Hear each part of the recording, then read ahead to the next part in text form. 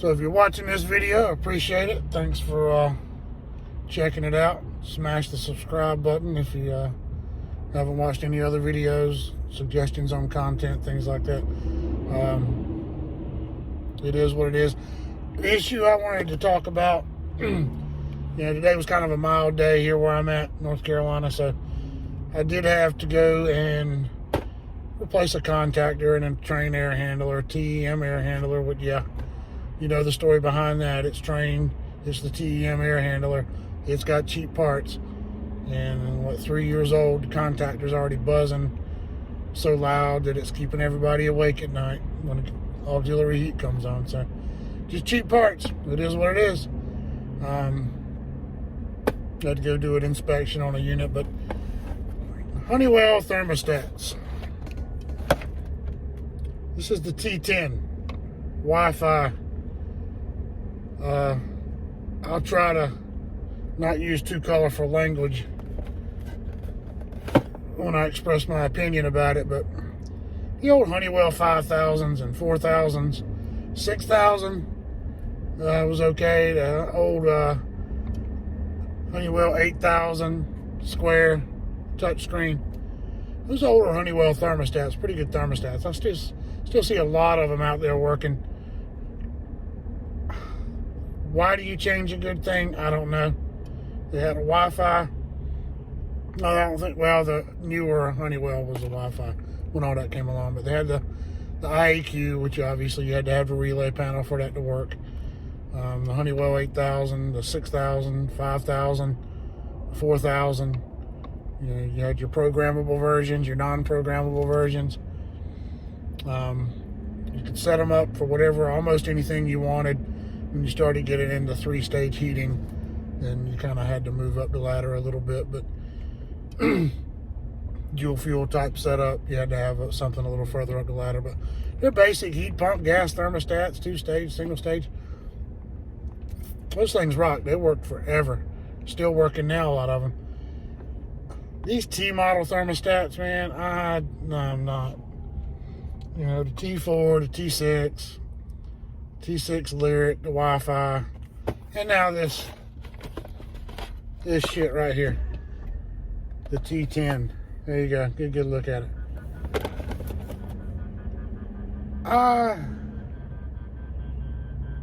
Yeah, probably hear the fire truck. Somebody's buzzing somewhere. Anyway, went to a house today and we were just replacing it. The problem with the one he had was the Wi-Fi on it. It wasn't connecting to his Wi-Fi anymore, so it wasn't very old. Swiped it out under warranty. So when I got there, the current thermostat was working. The calibration was off on it and it wouldn't connect to Wi-Fi, but it would run the equipment. I simply took it off the wall, removed the sub base where your wire terminals, your thermostat wires, you click them in now. You don't have the screws anymore. You stick them in, they reset the lock pin in it, and they stay in place. Put the new thermostat back on the wall, set it up, put it into a call for heat. As soon as it came out of the 5-minute delay, it flickered, the screen flashed, it went blank for a second, then it reset. We all know what that is. It's a short. So I'm already scratching my head. I'm like, now why do I have a short? I haven't been anywhere around the equipment, done anything with the thermostat wiring at all. None of it. Just replaced it there at the wall. So I go into the house, go outside. First thing I'm thinking, contactor. Got an outdoor unit. Home out the contactor. Home out the contactor is 13 ohms. So I trace out the thermostat wires outside, my pressure switch wiring. Make sure I don't have a wire rub somewhere in the outdoor unit. Go to the air handler, check all that wiring. So I go back, reset the thermostat, try it again. So I'm at the air handler, got my meter connected between common and Y. See what happens when I get that 24 volt call. As soon as that 24 volt call comes on Y, I get a quick 27 volt bump, hear the transformer hum, the thermostat reset, starts all over again. So I undid all the thermostat wiring in the crawl space at the air handler. One end connected to the thermostat, the other end all wide open, not connected to anything. Go back inside, run it back through. I go back to the crawl space. I've got common Y on my meter leads. 27 volt jump, bump, transformer hums. I'm like, I can't believe that I've got a bad thermostat out of the box. So I put his thermostat back up, the old one, left the sub base up there, the new sub base.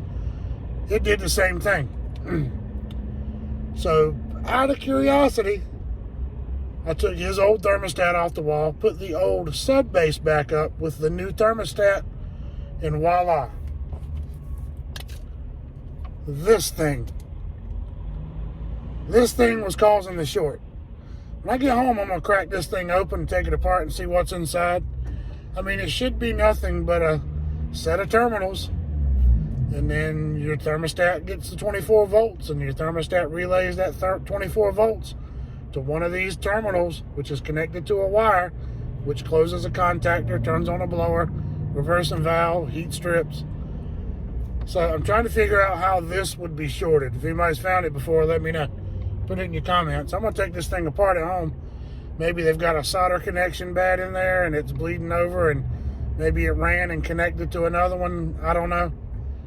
But T6 thermostats. I'd rather have a damn Nest than a T-Series thermostat. I don't know if any of you guys feel the same way.